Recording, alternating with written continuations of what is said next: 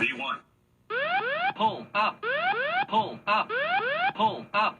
Terrain, terrain, pull up, terrain. Welcome to the Flight Safety Detectives. Hosts John Golia and Greg Fife, two of the world's most respected aviation safety experts, talk all things related to aviation and aerospace.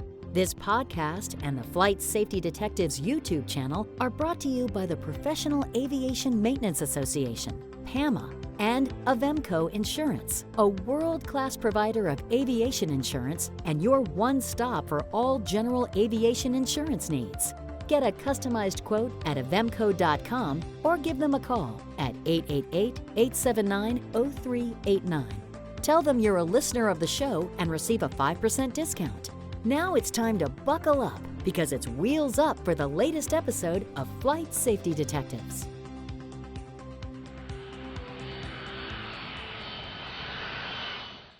Well, hello, my friend. It is just you and me for another episode of Flight Safety Detectives. It's always good to see you.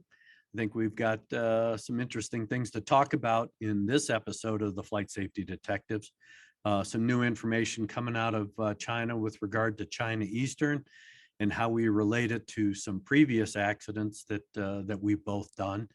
And then, of course, we want to lead into to the maintenance competition that we had spoke briefly about in one of our previous shows. So with that, I'm going to kick it off with you and talk about the fact that the Chinese have finally allowed the NTSB to make an appearance over in China to assist them.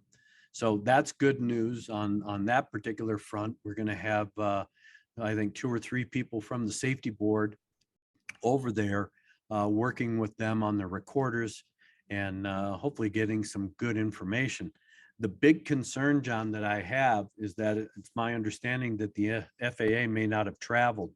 And that could be critical only because if there is some sort of airworthiness issue with the aircraft, the FAA is in fact responsible for continued airworthiness of the airplane.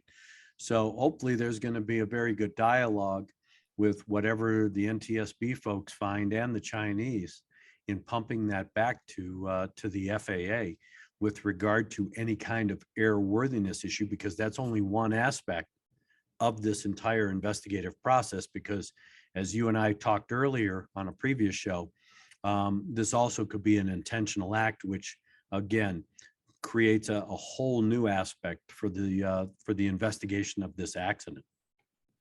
Yeah, it's unfortunate in these days, these times, that we've seen, starting with the German wings event and the Egypt Air is another one.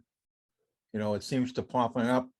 We went for decades with none of these issues, and now all of a sudden we seem to be having them pop up all too frequently. So yeah, and I wonder what's going on. Yeah, you have to wonder that. Back in 1998, when I did Silk Air, that was a big concern, and it happened at a time when we were having issues with rudder PCUs on 737s, and so that was a bit of a cloud there because we had to look at it from a mechanical standpoint to ensure that there was nothing wrong with the airplane, and then shift the focus to more of a pilot operation, and then it eventually evolved to an intentional act. We saw the same kind of thing with Egypt Air 990 because, again, any investigation, John, for the folks that are listening or watching, you can never rule things in or out, even if you have so much evidence you can hold in your hand, because you got to be able to verify or vet that evidence as you get it. There had been a lot of information about one of the pilots on Egypt Air 990 and some of the issues, personal issues he was having with his family. Some characteristics or behavior issues that he basically engaged in when he was in a hotel. And so that became a bit of a storyline. But then, of course, you still have to worry about some mechanical aspects of the aircraft. And they started to find split flight controls and things like that. So for the investigators, you're running very concentric investigations where you're looking at the human element, but you're also looking at the physicality of the aircraft itself to make sure that there wasn't anything as a cause or contributing factor. And again, we've seen that with other aircraft that have had structural repairs, because that is one aspect of this China Eastern 737. It's presumed to have been involved in a tail strike sometime prior to this accident. Of course, all the famous pictures and video that's sitting out there on the internet shows the airplane descending at a very high speed with a very steep vertical profile without the tail feathers, that is the horizontal stabilizer and the vertical stabilizer attached.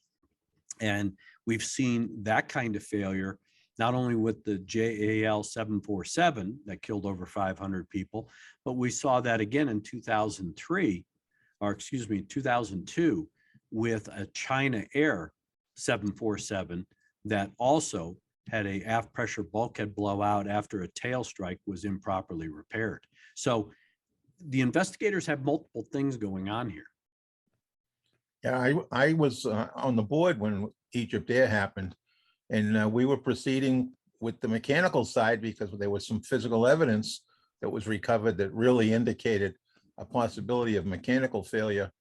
But meanwhile, we got word from New York City officials and came back that there was more at play than just possibly mechanical failure.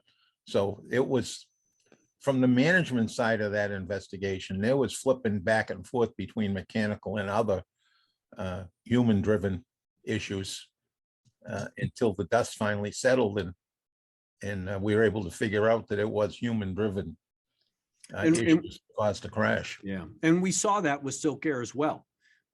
Here we have an airplane. It's relatively brand new. It's halfway between Jakarta and Singapore, and it goes into a high dive from 35,000 feet. And at that time, our primary concern going into that investigation was the rudder PCU, because this accident had come just on the heels of US Air 427 east winds and a number of other rudder events that had taken place. And now we have one that's coming out of the sky from 35,000 feet. We had to ensure that it wasn't a rudder PCU initiated event. And that became a central focal point for the investigation. Meanwhile, we still had to look at the rest of the airplane. We had to try and get as much data as we could off the flight data recorder, cockpit voice recorder.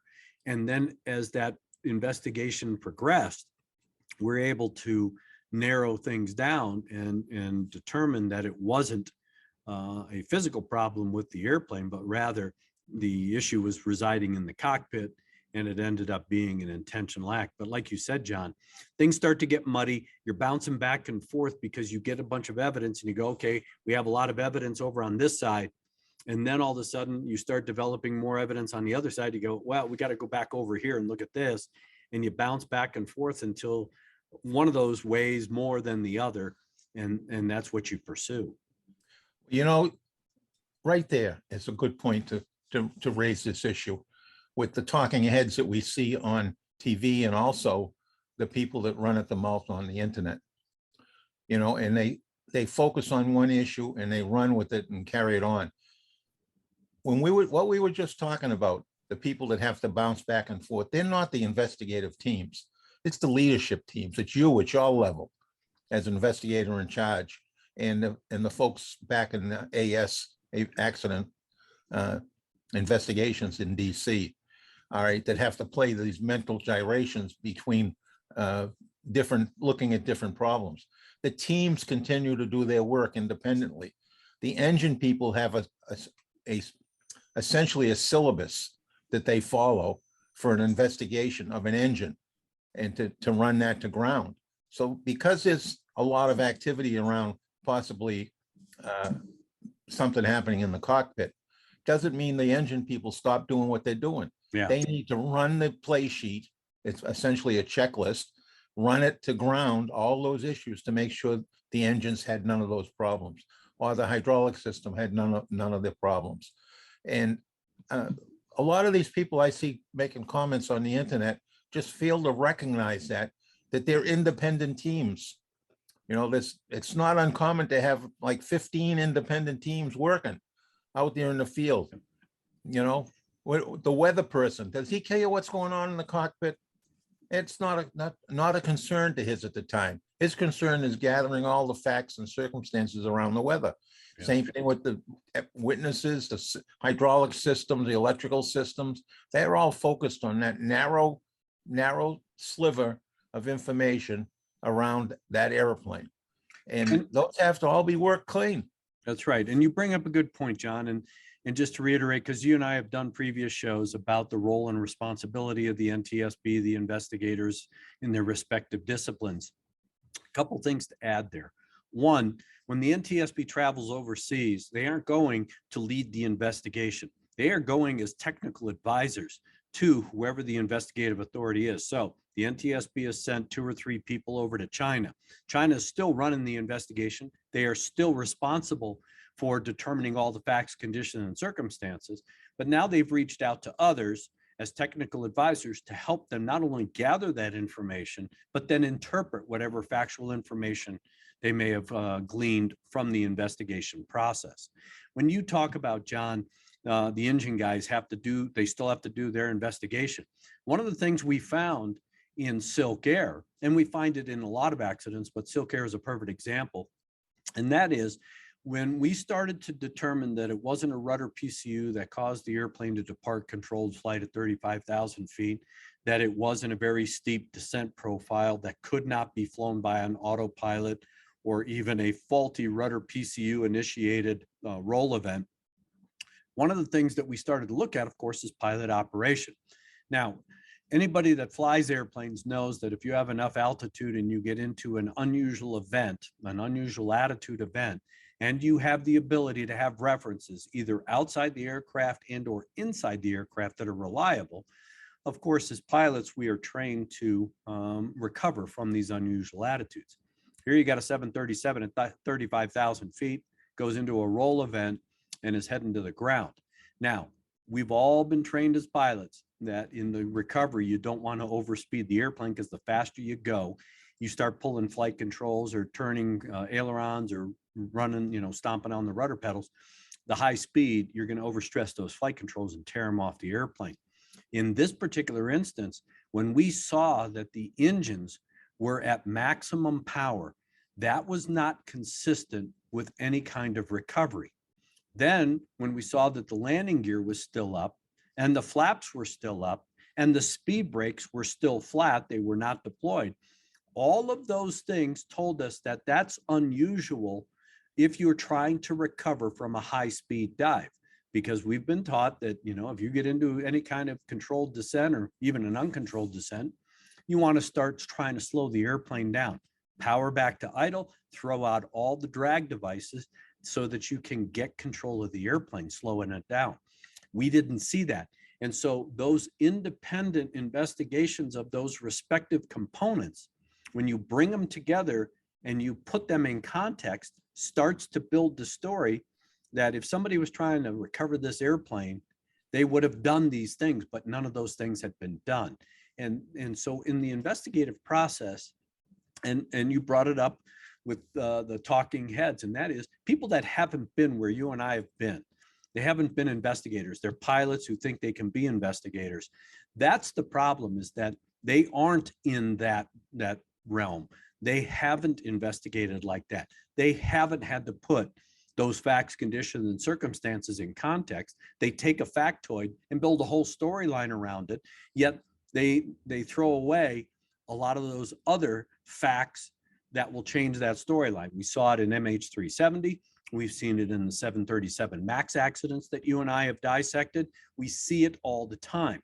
And that's a disservice to not only the aviation industry, but to the family and the friends and the flying public, because it's misinformation. It's a misdiagnosis that is not based on facts.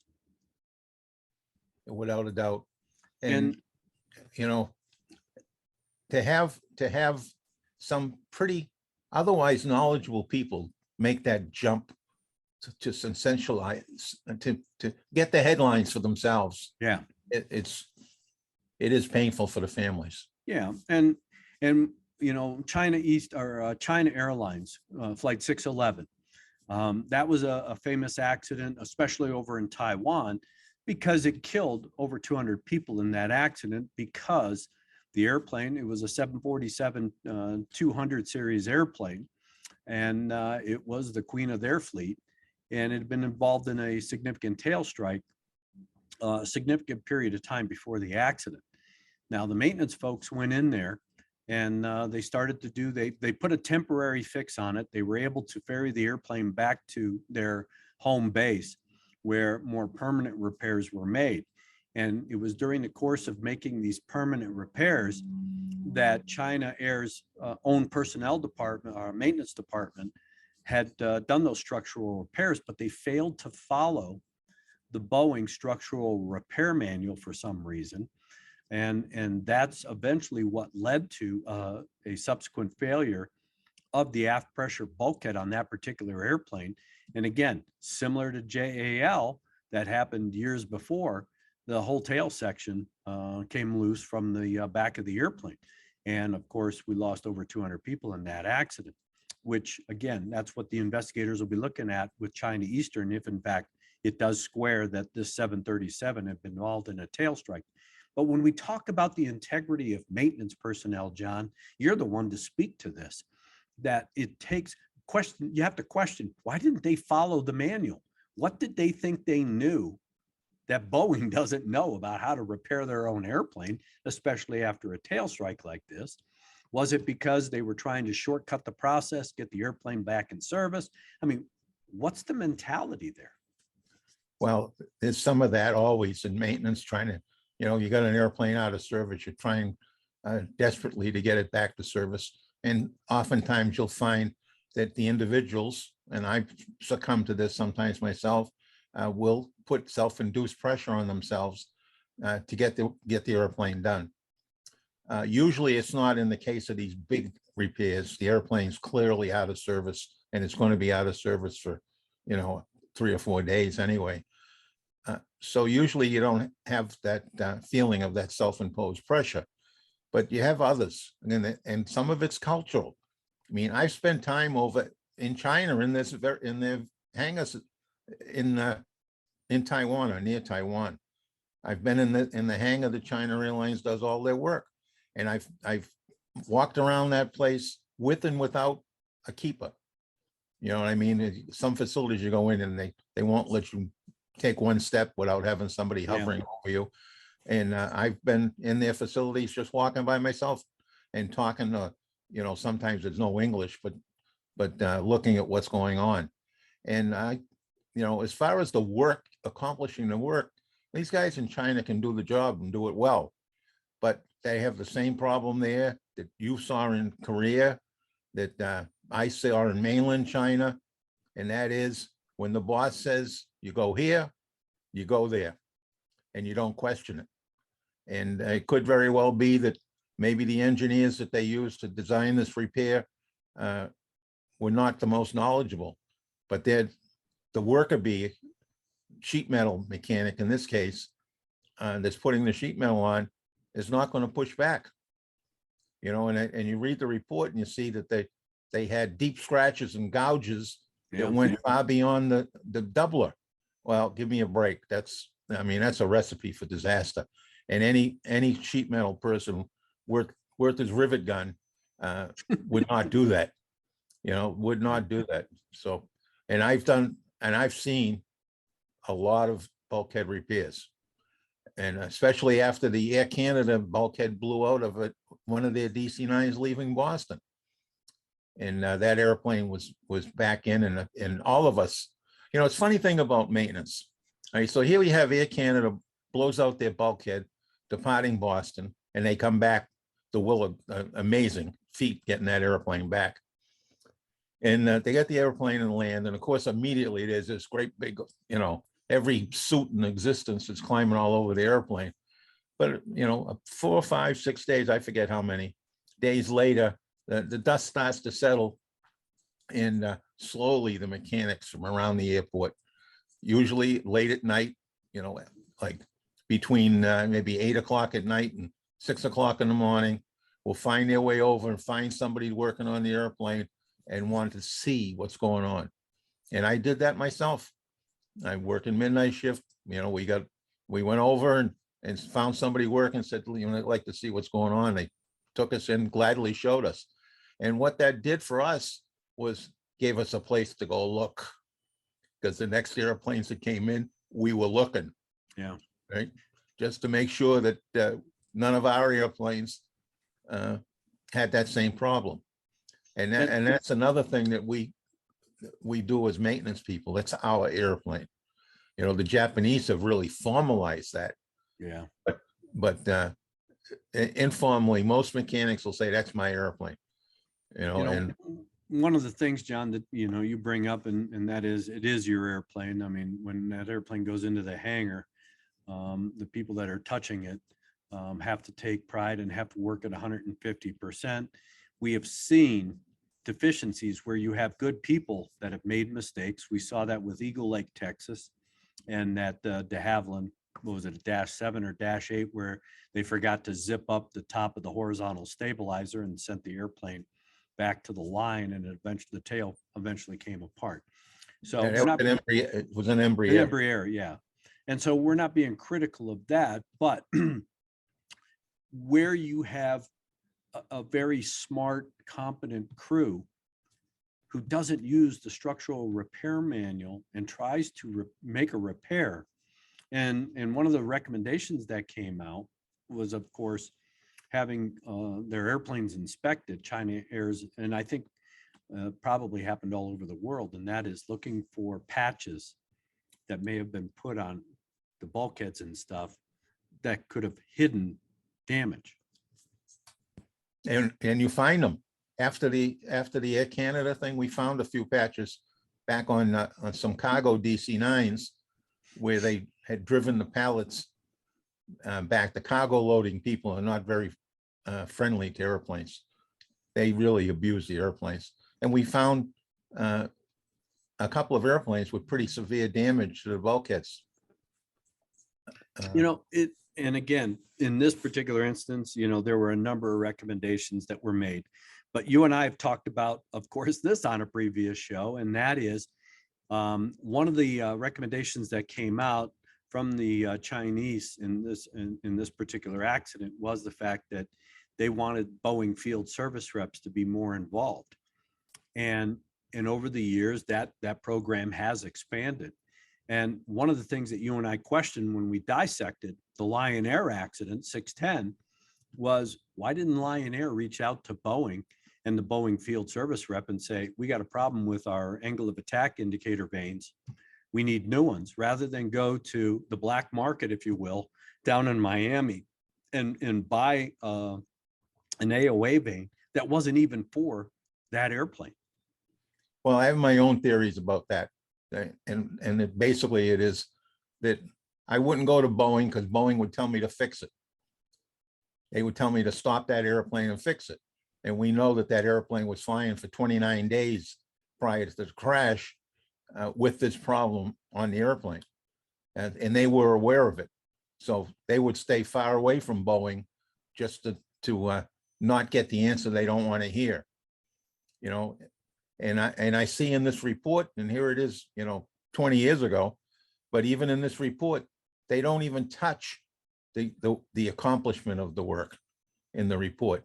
I mean, these guys put patches on the airplane with deep gouges and scratches underneath it, which are just breeding grounds for cracks. And yet they don't address that at all in this, because I think they didn't want to address it either, because it's where the work gets accomplished. And we've got the same problems here in this country. We've turned a blind eye to a lot of the maintenance problems because they just don't want to get in and fix them. So we keep it at a high level. We don't get down to the bottom. And that brings me up to the next subject, and that is, of course, the maintenance competition that you run and the integrity of maintenance personnel. Look, as a pilot, I know I can't go anywhere in my airplane without having my airplane mechanically sound. And the only way it gets that way is having a competent mechanic, maintenance tech, working on my airplane, doing the things that need to be done, fixing it properly, not shortcutting it, not coming up with, some, quasi made up fix. I expect, and I have a lot of tacit trust in the mechanic that works on my airplane. Do I question them? Absolutely. Do I want to know what they touch? You better believe it. But you as a pilot have to really turn that trust level to high when you're dealing with a mechanic.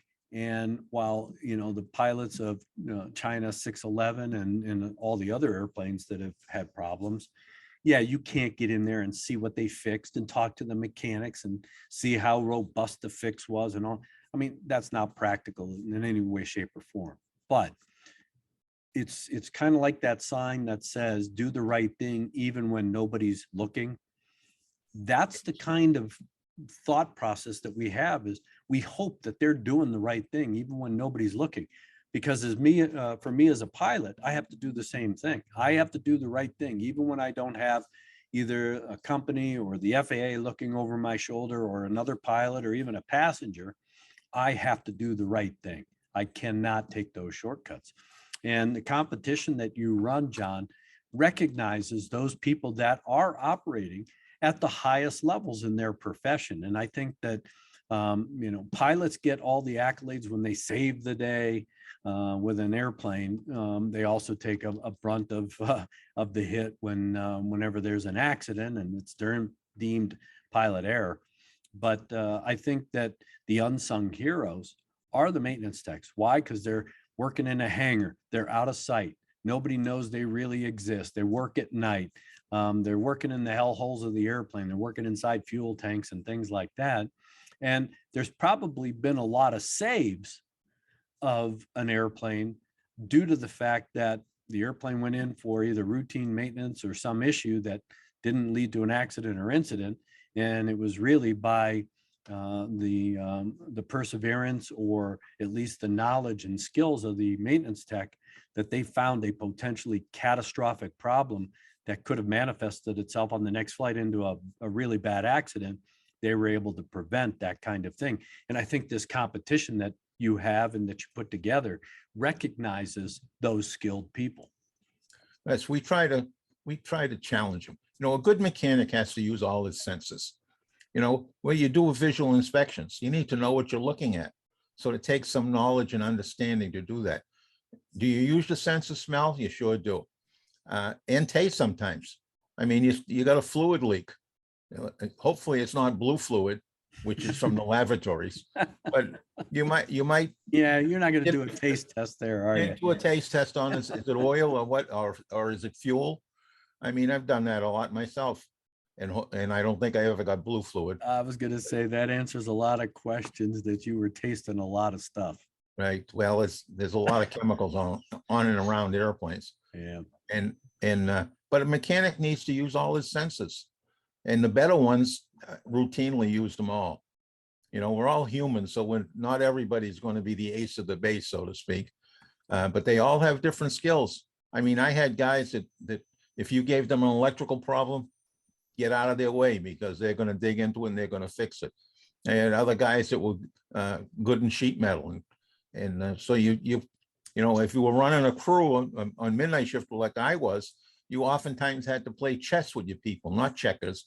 You had to move the skills around to get the job done in the time that you had to do it.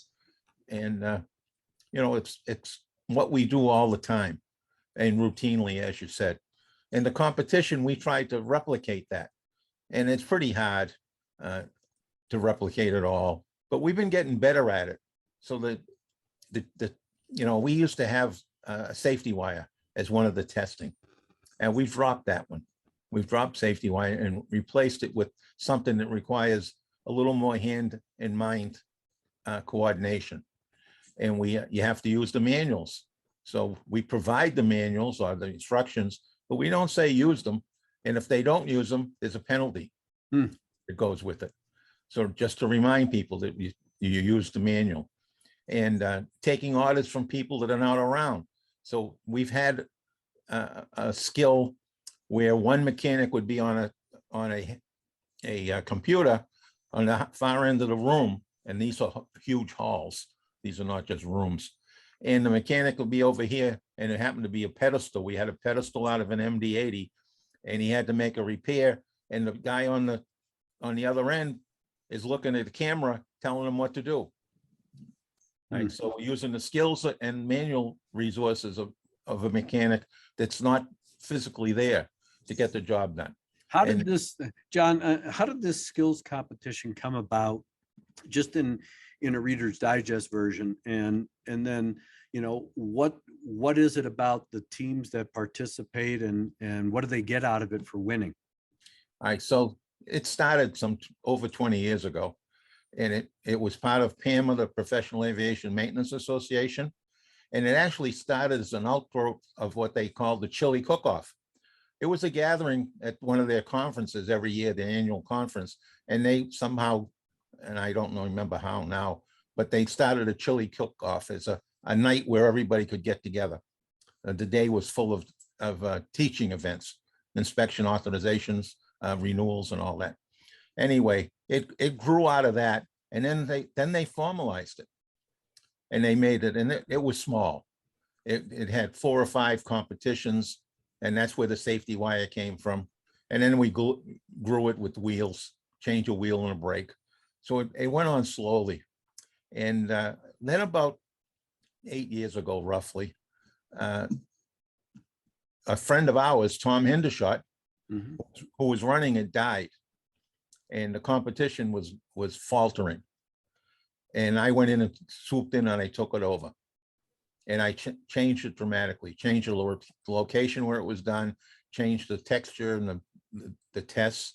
I reached out to the industry and they responded, and we've gotten, I mean, we have state-of-the-art tests now. Barfield Instruments last year gave us a test that nobody has ever seen before. It was a brand new test equipment they had. So that meant that the mechanics from the airlines that were there were in no better position than the student mechanics that we get from the schools and the military. So it's been expanded considerably, and it's really something to see. And the effort that gets put in by the students in the military, everybody wants to show themselves good. And the proof in the pudding for me has been how many of the mechanics get jobs. Well, we're having them hired right off the testing floor. Wow. Delta swoops in it and has picked them up. United, I stood next to the VP of line maintenance for United, about 3 years ago. I'm standing next to him and we're watching teams, and it's a woman team from a school in California. And he interrupts this conversation and calls over one of the people that work for United, full-time United persons, and said, "Do you see that woman over there? She's underneath the engine right now." He said, "Yeah." He said, "Go hire her." Just like that, go hire. And she went to work for United. Wow. San Francisco. How many teams typically compete now? We're running, the maximum we can handle is 90. Last year we had like 87. Right now we have 81 for this year's competition. Each team is 5 people. Every team comes with 1 or 2 extras because there's always something. People have family emergencies, things pop up. So they bring like their own coaching team, and they have people to jump in. In fact, one year we had one team lost a member and they had no replacement. They came with 5, and we actually had somebody volunteer from one of the other companies and used one of their spare people on that team so they could compete. And it's a load of fun. And one of the things that I really love about it is the mentoring that's going on, because it only takes a few minutes, and all of a sudden the airline people are trying to help these young people get along, and they didn't understand this part of the test. They'll show them. It really is amazing, and they are the cream of the crop. You'll get to see it if you come. You'll get to see it. Well, I'm coming because I've got to do some MC work for you, so I have to be there. But for our audience, where's it going to be? When's it going to be? And what do the winners get? I'll start the tail end. All right, so there is a number of prizes. The big number prize is Snap-on. Snap-on has been a supporter of this competition way before I got involved with it. And this year, they're going to give away $75,000 worth of tools to the winners. And everybody that comes everybody that comes to compete gets this year a 1/4-inch drive set from Snap-on, which is worth about $125. Hmm. All right, that's just for showing up. They win that. And there's a whole host of other companies that give away all sorts of stuff. And it takes us 3/4 of a day to award all the prizes and give them away. We're trying to figure out how to streamline that so it goes a little quicker. But it's talk faster, John. Yeah, and we have this year we have members from every single military branch, including the Canadian military. We have 3 all-girl teams from Canada. I think we have 41 women competing this year on teams. We have 6 countries represented and 27 states. Wow, that's awesome. So it's huge. It's huge. It's actually grown bigger than I expected. And it's unfortunate we can't get any bigger. 90 teams really stretches us. So we're happy when it's down closer to 80 because it makes for a long day. This year we contracted somebody to automate the scoring system for us to try to make that go quicker. So we're trying a lot of things and we're having more and more involvement. So we put an advisory board together, a board of directors together, and we have the vice presidents of maintenance at Alaska, Southwest, American, United, JetBlue, and Delta sit on the board. Wow. Pratt & Whitney sits on the board. All right, it's really something to see where maintenance, like you said, was always in the background working nice and the rest of it. And right now, as part of the Av Weekly's MRO process, we're there to they expect 12 to 14,000 people there for the MRO. So they usually all come over and see us because we make so much noise. Yeah, well, that's good. We got a lot of students and they can be noisy. Good. Cheering and hooting for each other. So, well, we'll follow up on this show with the winners once the competition is done, just to recognize their efforts, because I've been there several times and it is amazing to watch.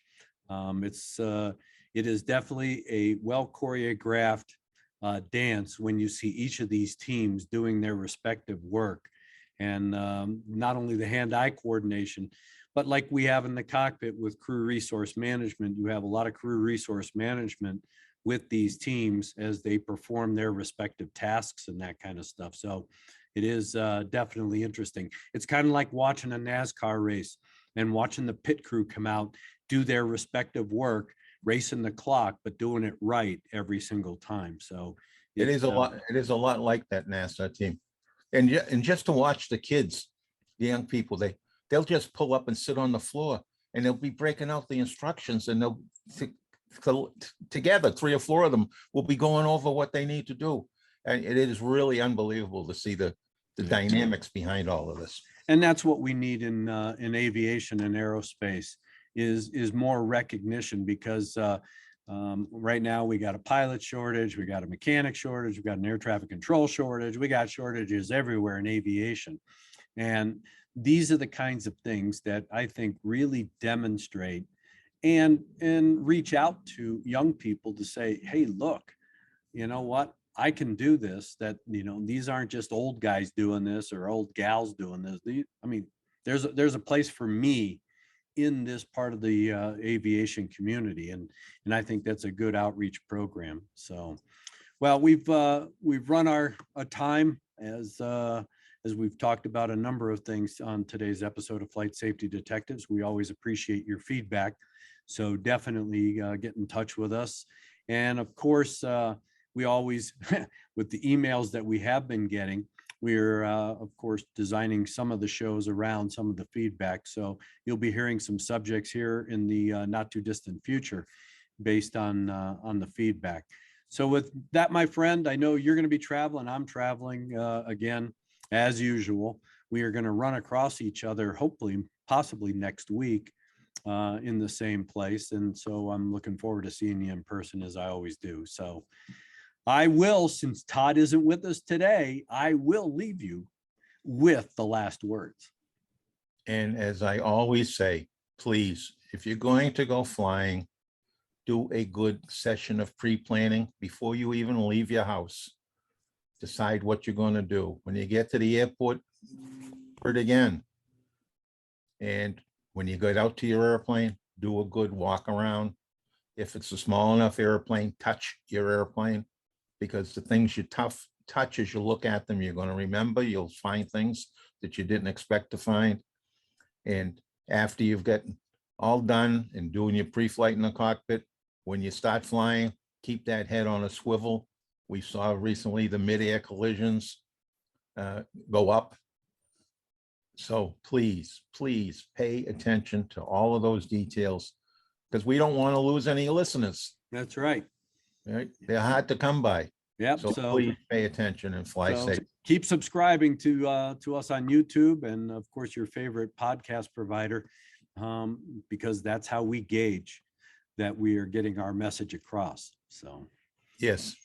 And if you're a student pilot and you're going out to fly, make sure you have renter's insurance.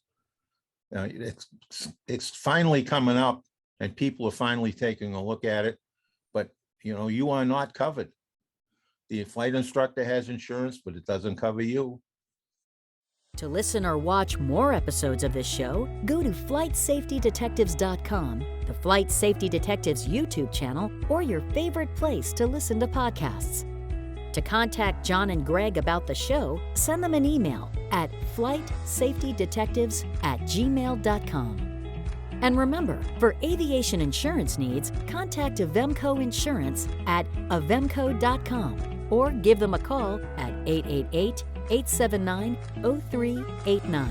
Mention Flight Safety Detectives and receive a 5% discount. Thanks for listening to the Flight Safety Detectives, and remember to always fly safe.